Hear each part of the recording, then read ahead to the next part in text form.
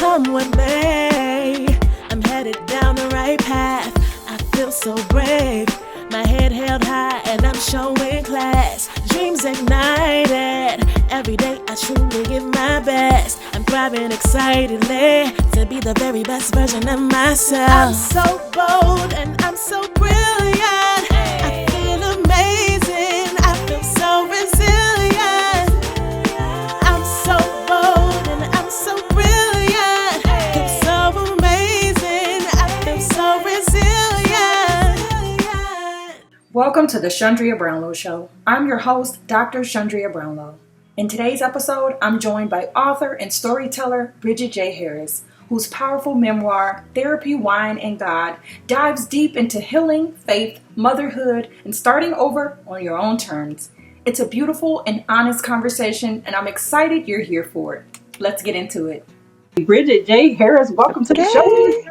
How are you today? Thank you. I am so good. I'm so happy to be here. Thank you so much for the invite.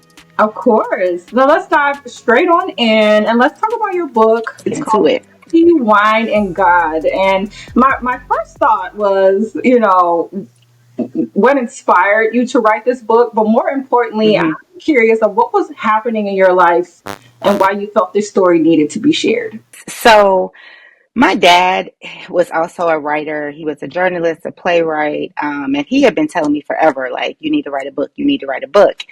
And I had all these ideas, but I'm kind of like, what story would I tell? And it's like the stories that resonate with me the most are the ones that are like hyper human, like showing the good person making bad decisions. I don't like stories where like the bad guy is like the bad guy and he's bad all the time. The good person is the good person and they're good all the time. And so just looking at like that full range of emotion from love to loss to redemption and tragedy and all that stuff. And I found myself in this like intense personal transition over the last 5 years. And I was like, oh, I have a story to tell now. Like now I'm ready to tell my story with dealing with closing the door on a 20-year relationship, a near-death experience that I had that kind of was the catalyst of this desire for me to understand my purpose and make sure I was letting God know that He made a good decision by keeping me around. And so all of that, becoming a mom after 40. And so that's why I was like, okay, I have a story to tell and I really want to tell it now for people who may be dealing with some of the stuff that I'm dealing with as well. Now, you pick three pillars: therapy, wine, and God, which I believe a lot of people can relate to all of the above. Yeah. But why those three? Were those representatives of your life and what you were dealing with? And you dealt with so much in a certain period of time, would you say? I've been in therapy for a while, since 2006, when I was introduced to it from a friend, just as a maybe you should give it a try. But I feel like therapy was helpful for me to unpack some of the stuff that I was dealing with, to get advice from a third party that wasn't my best friend, that wasn't my mom, um, and helping me like break down some of the emotions that I was dealing with while I was going through some of the stuff I was going through. Wine I use as a metaphor for my friends, and communion and relationships and closeness. Like I'm a girl's girl. I'm an only child. So my friends are everything to me. They're my sisters, like real sisterhood. And it also represents though, like permission to allow yourself to breathe and relax. And so I did rely on my girlfriend circle, and a little sippage here and there while I'm going through it. And then God just being like the anchor of it all. It took a lot of prayer. And when I was doubting what I was going through, the way my blessings were showing up, it was like, okay, God, is this how you interpreted what I said I wanted? And so just he was always steady. So those were kind of the three pillars that I leaned on while I was going through everything. I love that. And I love how you're giving the world a piece of your experience that it sounds like you set out for readers to be inspired by that. What do you they take away from your story and how they apply it to their own lives? Yeah, I hope that the one thing I do want to call out, I want to kind of dismantle the stigma that therapy and prayer are mutually exclusive, because they're not. A lot of people will say, especially my mom, older generations, they don't want to go to therapy. They don't understand the point of it. They don't need it. You got God, just pray. And then some people will be like, well, I need a tangible source. I just need therapy. But I think they really work together to help understand trauma and patterns and behaviors. And the same way you can kind of pray for discernment and pray for peace, therapy can give you the tools to understand how to navigate that, how to set boundaries so you can have that peace that you're praying for. And so I'm hoping that people understand that. But the other thread is around surrendering. And I talk about that a lot in the book, where I used to think surrendering was like weakness and giving up. But it was really when I surrendered and understood, okay, God has a plan that may be better than mine. And it was like, I used to think in order to have faith, I have to pray for exactly what I wanted, and that's how it should show up. But at some point, you got to just be like, okay, God, you got it. And so I think what I want people to take away from it is the art, which I call it an art of surrendering and letting God take the lead, still doing your part, but just letting go and freeing yourself of all the timelines and the planning and all of that stuff that may be going on in your mind. I love that you said that, because surrendering is such a challenging experience, because you Mm-hmm. want more, and then you also accept, that you're not always going to be able to get the more on your own. If you're relying on God, like I know God's going to show up for me in a major way, but then you also know that Mm-hmm. faith without works is dead. And so you're trying to do the work, but also do the waiting, also do the surrendering, also say like, if this isn't in your will, then I don't, and you're like, Right. five balls in the air at one time, and you're trying to be honest with yourself, but sometimes you really want that thing, that you're waiting Yeah. on, or that hasn't come. But in your book you open up about the fertility journey, and so I want to talk to you about how your fertility journey has impacted your mental health. When I was trying to conceive and nothing was happening. And I go to the doctor all the time. And I remember one time back in 2013, my cycle works like clockwork, but it was this one time where it lasted for like 13 days. And I went to my OBGYN and she said I had a tiny fibroid. There wasn't anything I should do about it, and that's was the end of it. And there wasn't ever a thought in my mind of like, oh, let me check on this thing. But it also didn't come up from my doctor either. It never came up again. We never checked on it again. She never said, that fibroid that we saw 5 years ago, let me check on that. So um, I was kind of oblivious to it until I was trying to conceive and nothing was happening. And I don't have patience. So I know some people will be like, I've been trying for a year. I tried for 4 months and I was just like, what's going on? So went to the doctor after trying for 4 months and found out that I had multiple fibroids inside and outside of my uterus. And that was, it was a shock. It was, physically, emotionally, having to get surgeries to have them removed. And I talk about in the book how I had 3 surgeries in a 4 month span, where the last one I was told by a third opinion, like under no circumstance should you get another surgery. But I was also told by my fertility doctor, no surgery, no baby. So having to make that decision on my own, and again, trusting God to be like, the doctor said, don't do it. This doctor said, I gotta do it. I'm gonna just put it in your hands, God, and hope I make the right decision. And then I ended up, getting having to get IVF because of the fibroids, and them saying like IVF was my best way of being able to conceive. And so it was tough. It was tough, especially when you it was so unexpected. I was just thinking it was gonna, you try, you get pregnant, boom, it happens, right? Like I thought I did everything right. I waited till I was married, and I took my time with it, and different plans.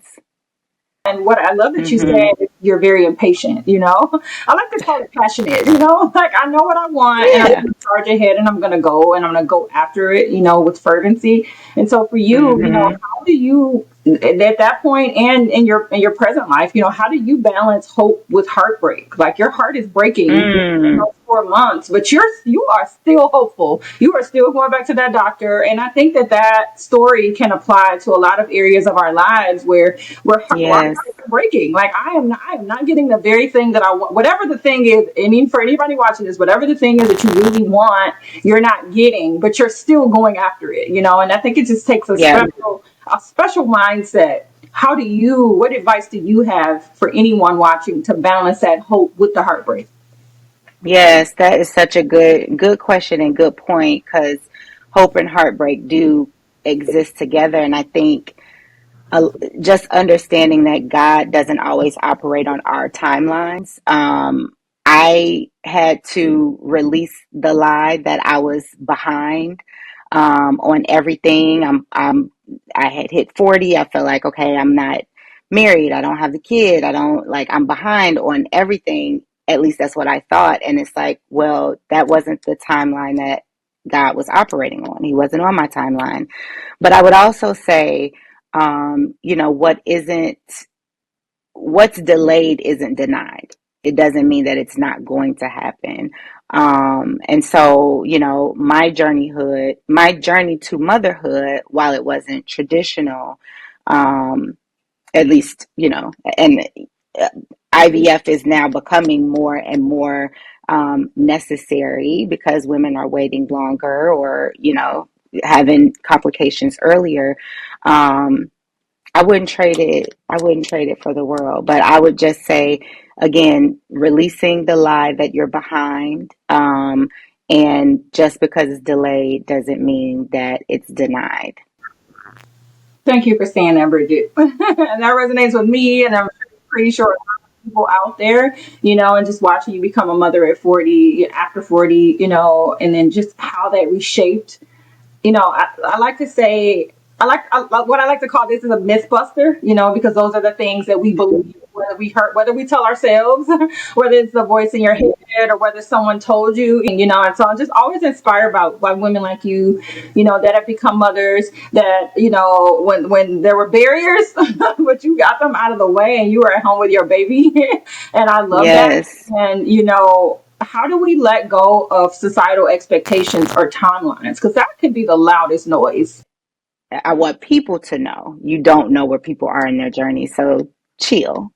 But because people do things, say things they don't know, they're in their own bag. For anybody experiencing that, just allowing yourself grace, allow the other person grace, and know that, like you said earlier, a lot of things are projections, fears being projected on you, doubt being projected on you, and you just have to kind of move through it and understand, which is why relationship is so important with God, that you have your own relationship with God, that talk to him however you need to talk to him. He knows you. Have a relationship with him, and that will keep you grounded. And I will also recommend therapy, because I just feel like it helps navigate these difficult times that we're all going through. I have one of my best friends is a therapist, and she always says, like, life gonna give you this work, no matter what it is. Like, you're going to get it.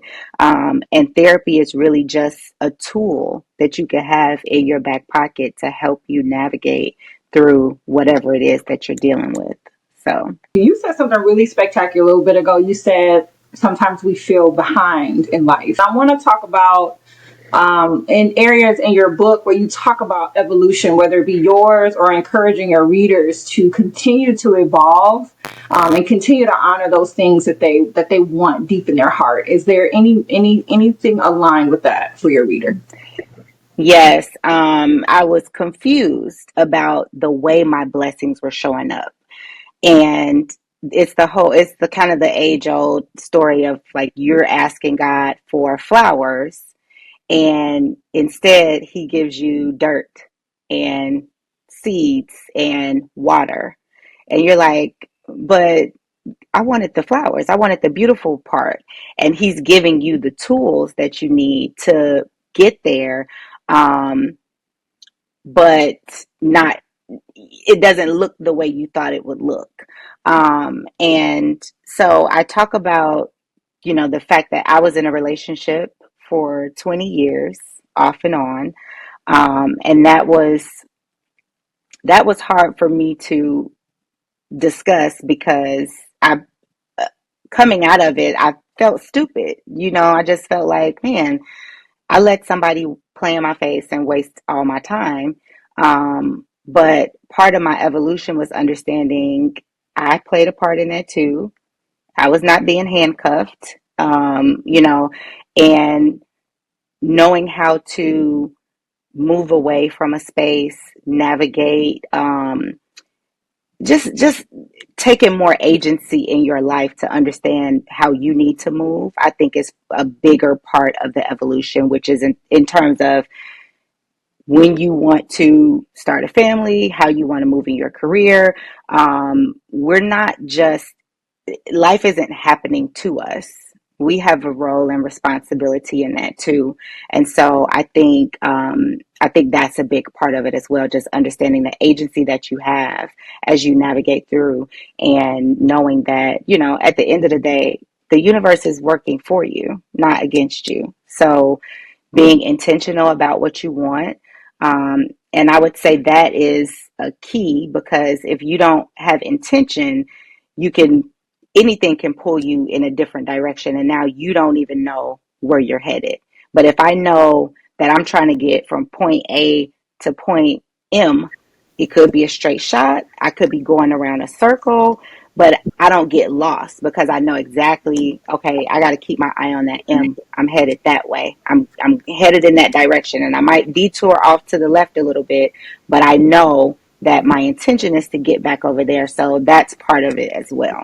Appreciate your honesty, vulnerability, and then also just how vulnerable you can be, because opening yourself up, sharing your experiences so that they can benefit others, so that people can learn. I mean, I think life is really good about giving us those good lessons, and sometimes you get the test before you get the lesson, and so and sometimes you can't always learn from somebody else. Sometimes you got to go through stuff yourself, and so, you talk about the non-traditional family structures, leaning into faith and therapy, which seems to be a theme in the book. What did that look like for you in real life when it was like time to build that support system before you became a support system for others, no manner that you have? How was that building that? Yeah, so when I talk about my transition into like becoming a wife, becoming a stepmom before becoming a biological mom, therapy helped me with that too, because that was really hard. And just trying to find my place in that. Like I said, I'm an only child. I don't, there's no manual for stepmotherhood. Both of my parents are still together. I never had a step parent. I don't have any siblings.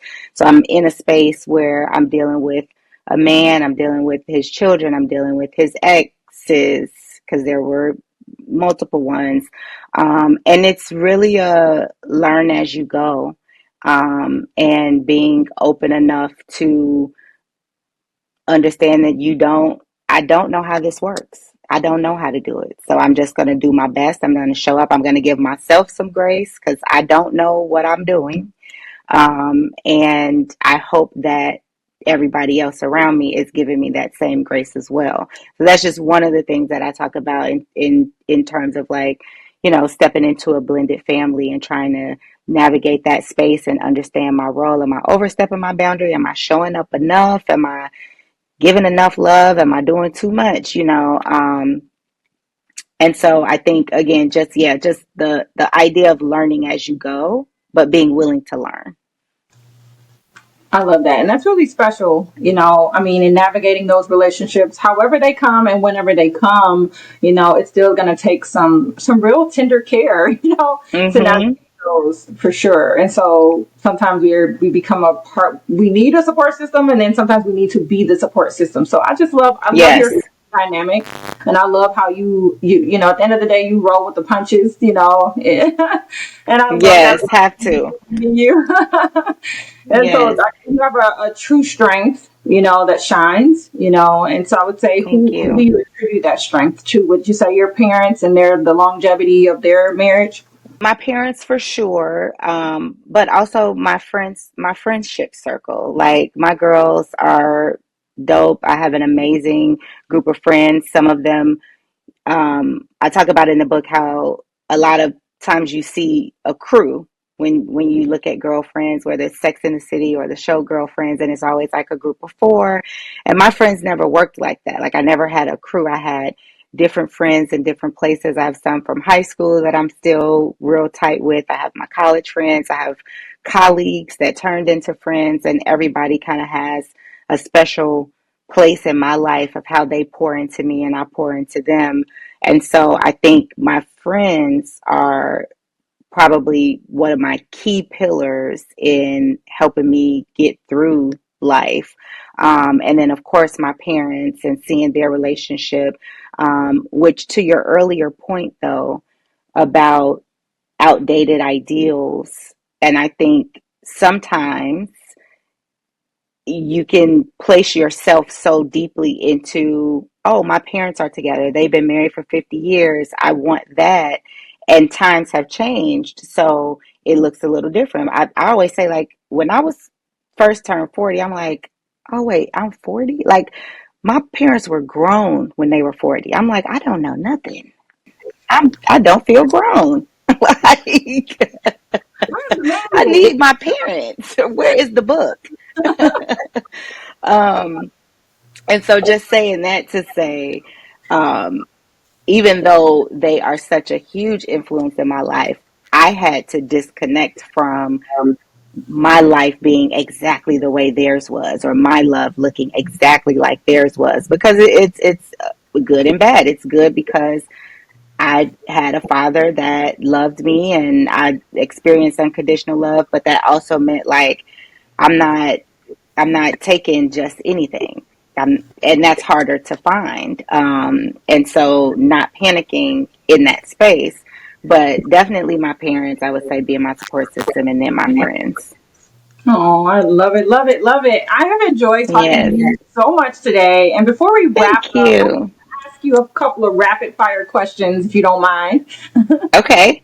Okay. So, based on the title of the book, what's your favorite hmm one? I'm a red wine girl. I love a good cab. I love a good Merlot, a blend, anything red.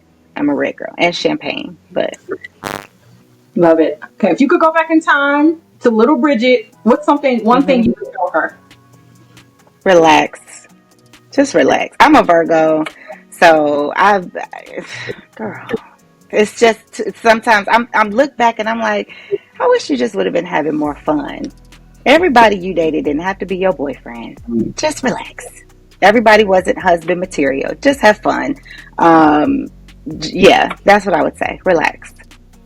What's your favorite meal of the day?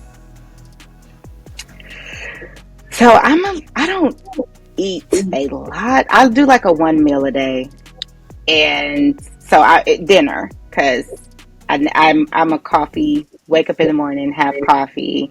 I might nibble during the day, and then I'll have something good for dinner. I don't think that's a good thing, but We're working on it. When you go on vacation, do you like to be beachside or poolside? ooh, pool. I think poolside, and I like to chill. I have friends, a particular group that I travel with, and two of them are planners. They like to be walking around, sightseeing, shopping. Me and the other friend, we like to sit down, cocktail. And so we're like, we got to make sure we have balance for them. But I like to be poolside, cocktail in hand, doing nothing.